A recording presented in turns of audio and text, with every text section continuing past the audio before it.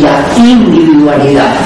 En los términos de San Pablo, esto viene a ser el espíritu, el alma y todo lo demás que es mortal del cuerpo. La parte mortal del cuerpo, la parte espiritual, lo eterno. Y el alma, un instrumento permanente, pero al fin y al cabo tiene un principio y tendrá un final. Sí.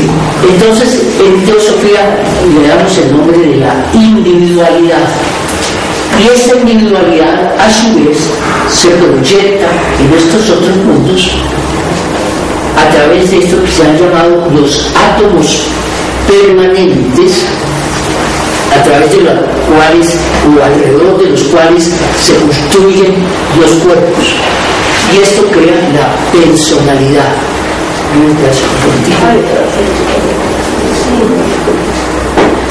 La personalidad y la individualidad. Bueno, se nos acabó el tiempo porque ahora creo que hay otra reunión, ¿no? Bueno, entonces, bueno, tratemos de grabar esto. En la próxima reunión vamos a empezar con esta gráfica, ¿no? Para que la tengamos bien presente. Entonces, no olvidemos, el plano más denso es el plano de los logos, el plano de los seres divinos, de los seres creadores verdaderamente. El plano de la mónada es donde es el plano normal de las mónadas, de todo tipo de mónadas, sea en cualquiera el grado que haya habido de desarrollo. Este pudiera ser entonces la parte permanente del ser. La individualidad no desaparece, es la misma individualidad en todas nuestras encarnaciones, la misma. Realmente todo el cúmulo de experiencias se van a acumular en ese nivel, porque esto es temporal. Entonces no puede estar allí todo eso. Entonces eso nos va a explicar ciertas cosas, ¿no? Por ejemplo, si todo estuviera en el cerebro, con la muerte se desaparecería absolutamente todo. El cerebro está cumpliendo una función formidable, pero como un instrumento temporal. En cambio, esto sí es permanente. Nosotros vemos la destrucción de un cuerpo físico y el cerebro también, dentro del siendo físico, tiene que desaparecer.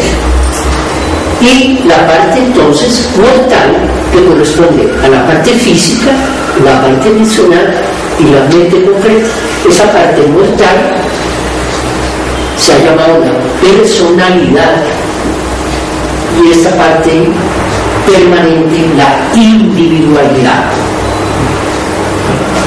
que tiene sus instrumentos. La personalidad no son los cuerpos. La personalidad tiene que ver entonces con esa entidad subjetiva que llamamos vida, ¿no? Y que opera a través de sus cuerpos.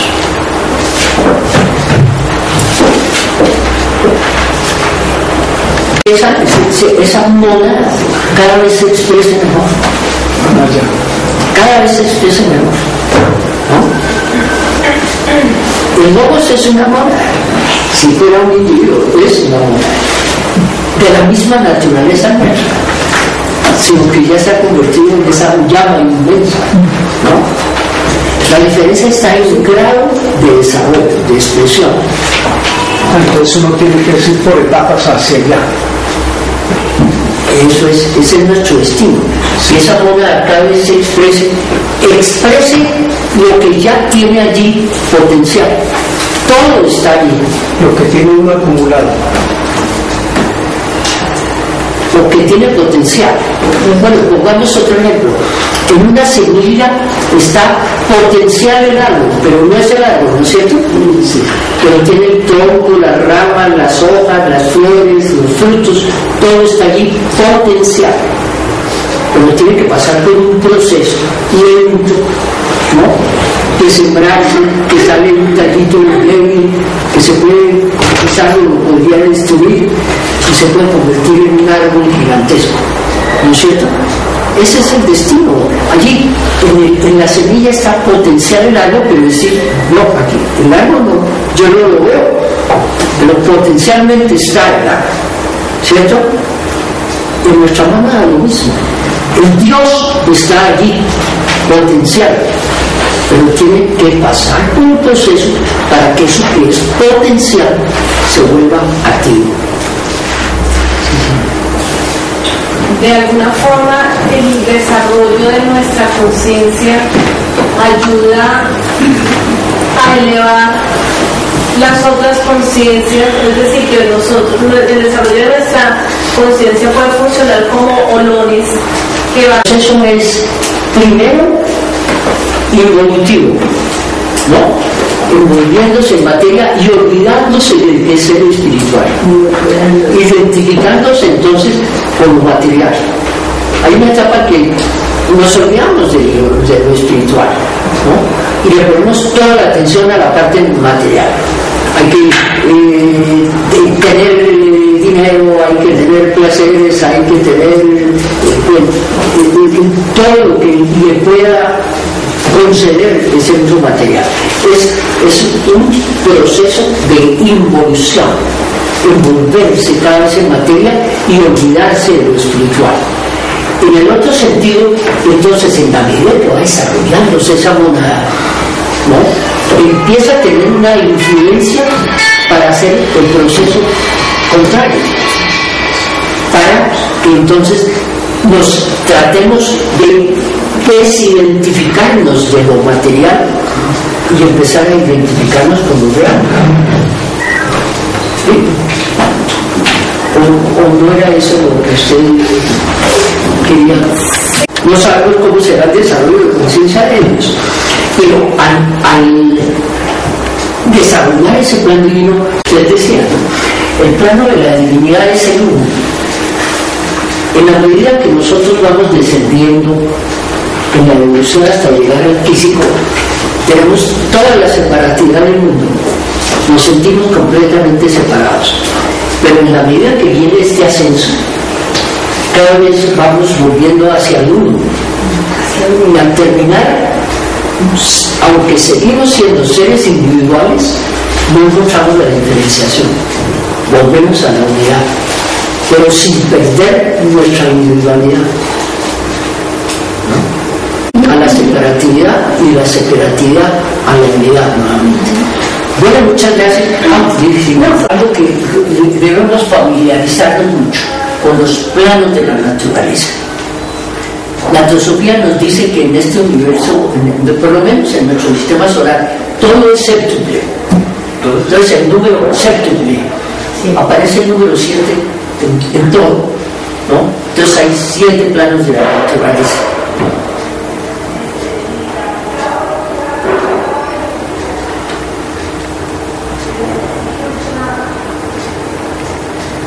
Esto lo alcanzamos a ver en la reunión pasada. Sí.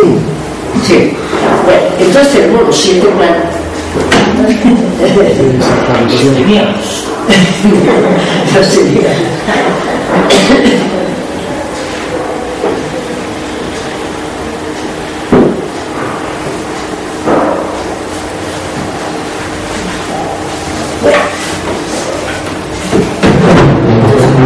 Volviendo a lo anterior, nosotros nos conocemos especialmente en el plano físico, entonces las formas y todo eso, pero no nos olvidemos que si existe algo en el plano físico, tenemos que presumir que existe lo anterior.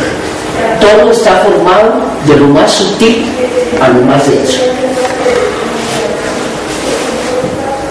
Este plano divino es el plano de la unidad, no hay sino el uno, pero en la medida que se van creando los cuerpos para experiencia de la mónada es una chispa de la divinidad, están allí todas las características de la divinidad, pero tienen que pasar por experiencias en todos estos mundos para su desarrollo y evolución, ¿no? Entonces, en la medida que vamos tomando cuerpos hasta llegar al físico, nos olvidamos de la unidad y nuestra característica es la separatividad. Nos sentimos separados los unos de los otros. La dualidad. ¿Ah? La dualidad. Más que la dualidad, es decir, la multiplicidad, pues, ¿no? Sí, lo digo de plano. Nos sentimos separados de todos los demás. Y inclusive, pues, de todo nos muestra que esa separatividad, ¿no? Nosotros podemos querer muchísimo a otro ser, pero si ese ser tiene un dolor tremendo, lo podemos compadecer, pero no sentimos el dolor físicamente, no lo podemos sentir, ¿no? Eso lo siente individualmente cada uno, y entonces eso hace que nos sintamos separados. Pero la teosofía nos muestra que en esencia somos uno, que la vida que nos anima es una sola, en cuerpos diferentes la misma vida. Entonces hace énfasis en la realidad de la unidad. ¿Cómo surge esa idea? Si es un fenómeno mental, es un fenómeno... No solamente mental, sino que es una realidad. Si no existe sino la unidad, no existe sino la unidad, no sentimos la separatividad. Pero si creamos fronteras alrededor de cada chispa divina, de cada monada, aún en el nivel superior, en ese monádico, al crear el primer tipo de materia que rodea la monada, ya hay una separatividad entre unas y otras, aunque no nos sintamos al principio. Pero en la medida que se van creando nuevos cuerpos cada vez más densos, de manera natural nos sentimos separados. Y eso es necesario para la evolución. Eso es necesario. Pasar por esas etapas de separatividad es necesario. Tener experiencias propias, individuales. Lo que pasa entonces es que se nos olvida que somos uno, ¿no? Estamos empezando al hacer estos estudios a entender que hay esa unidad, pero no la sentimos todavía, no la sentimos, ¿no? Nos sentimos todavía separados, pero entendemos esa unidad por lo menos como un concepto. Y en esa separatividad indudablemente entonces va a aparecer eso, claro, de forma natural. Yo soy distinto a los demás, ¿no? Pero yo quiero sacar provecho del mundo. Entonces no me importa cómo ese es otro, y a mí no me importa lo que le pase a otro, porque no siento que la vida de él es la misma vida mía.